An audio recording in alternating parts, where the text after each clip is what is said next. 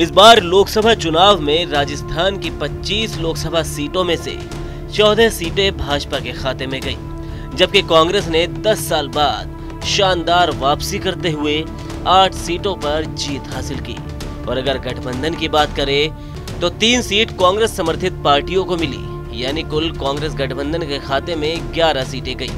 नतीजों के बाद से लगातार बीजेपी की सीटें कम होने के कारण को लेकर गहन चर्चा हो रही है। इसके साथ ही चर्चा ये भी है कि इस बार लोकसभा में 5 सांसदों के जीतने के बाद 5 विधानसभा क्षेत्र में अगले 6 महीनों में उपचुनाव होने हैं, जिसको लेकर भी कई सवाल उठ रहे हैं। सियासी गलियारों में चर्चा है कि लोकसभा चुनाव के बाद एक बार फिर से खींवसर में ज्योति मिर्धा और हनुमान बेनीवाल आमने सामने हो सकते हैं। बता दें कि आरएलपी प्रमुख हनुमान बेनीवाल के सांसद बनने के बाद खींवसर विधानसभा सीट खाली हो गई है। बेनीवाल ने नागौर लोकसभा सीट से इस बार जीत दर्ज की है।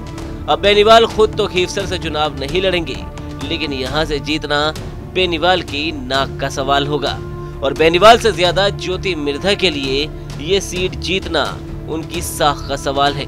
और इसकी वजह है ज्योति मिर्धा का लगातार तीसरी बार चुनाव में हारना।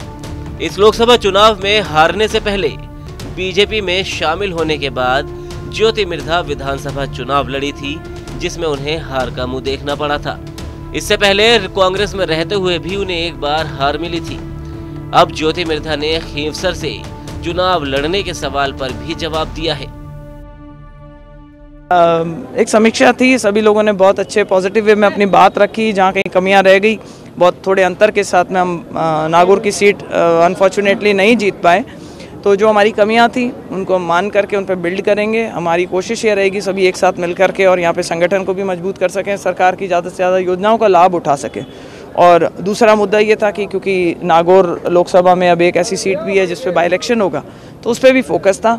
हम चाहेंगे कि आने वाले समय में जब बाई इलेक्शन हो तो ये सीट जो है वो भारतीय जनता पार्टी के खाते में जाए, उसको लेकर के भी चर्चा हुई थी। सर की सीट खाली है, क्या आप वहाँ से मैदान उतरना चाहेंगे बीजेपी लड़ाई? नहीं, अभी ऐसा कोई चर्चा इस बारे में नहीं हुई है। जो पार्टी का निर्देश होगा उसके हिसाब से काम करेंगे, पर हम सभी मिल करके बहुत अच्छे मजबूती से चुनाव लड़ेंगे और पक्की बात है कि खींवसर की जो सीट है वो इस बार भारतीय जनता पार्टी के पक्ष में जाएगी। वहीं ज्योति मिर्धा ने बेनीवाल के बीजेपी नेताओं के संपर्क के सवाल पर कहा कि ये पुराने समय से घालमेल की राजनीति करते आए हैं। पहले बीजेपी के साथ चुनाव लड़े, फिर गहलोत के चरणों में जा पड़े और अभी भी ये यही कोशिश कर रहे हैं कि किसी तरह से बीजेपी में आकर घालमेल कर ले।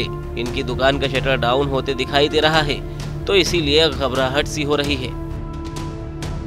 पुराने समय से घालमेल की राजनीति करते आए हैं, गुड़ाले चलने की इनको आदत है। आपने अभी जैसे देखा, जब पहले थे तो गहलोत साहब के बीजेपी के साथ में लड़के चुनाव जीते थे और उसके बाद गहलोत साहब के चरणों में जा पड़े थे, और अभी भी ये कोशिश कर रहे हैं कि भाई किसी तरह बीजेपी के अंदर आकर के और किसी तरह घालमेल कर लें, क्योंकि इनको लगता है कि अपनी दुकान का शटर डाउन होता दिखाई दे रहा है। तो घबराहट सी रहती है और मुझे पूरा विश्वास है कि भारतीय जनता पार्टी की तरफ से उनको ना तो समर्थन मिलेगा और आने वाले समय में भारतीय जनता पार्टी मजबूती से चुनाव लड़ेगी और वो जिसको उतारना चाहे अपनी तरफ से मैदान में उतारें। और मैं तो कहूँगी कि वो हर बार जब चैलेंज करते हैं कि मैं अकेला चुनाव लड़ता हूँ, और मैंने भाई अब की बार मैं भी कहती हूँ क्या मिल करके 2 पार्टियाँ एक साथ होकर के लड़ने का, बैसाखियों के सारे चुनाव लड़ने का काम बंद करो। बताते चले कि इस बार राजस्थान में बीजेपी को 11 सीटों का नुकसान उठाना पड़ा है। इससे पहले 2 चुनाव में एनडीए ने राज्य में क्लीन स्वीप किया था, लेकिन इस बार एनडीए को कई सीटों का नुकसान झेलना पड़ा है। आपको क्या लगता है कि आने वाले उपचुनावों में बीजेपी और कांग्रेस कितनी सीटें जीत पाएगी? आप अपनी राय हमें कमेंट सेक्शन में जरूर बताएं। वीडियो को लाइक करें, शेयर करें और राजस्थान से जुड़ी हर खबर के लिए TV9 राजस्थान को सब्सक्राइब करें।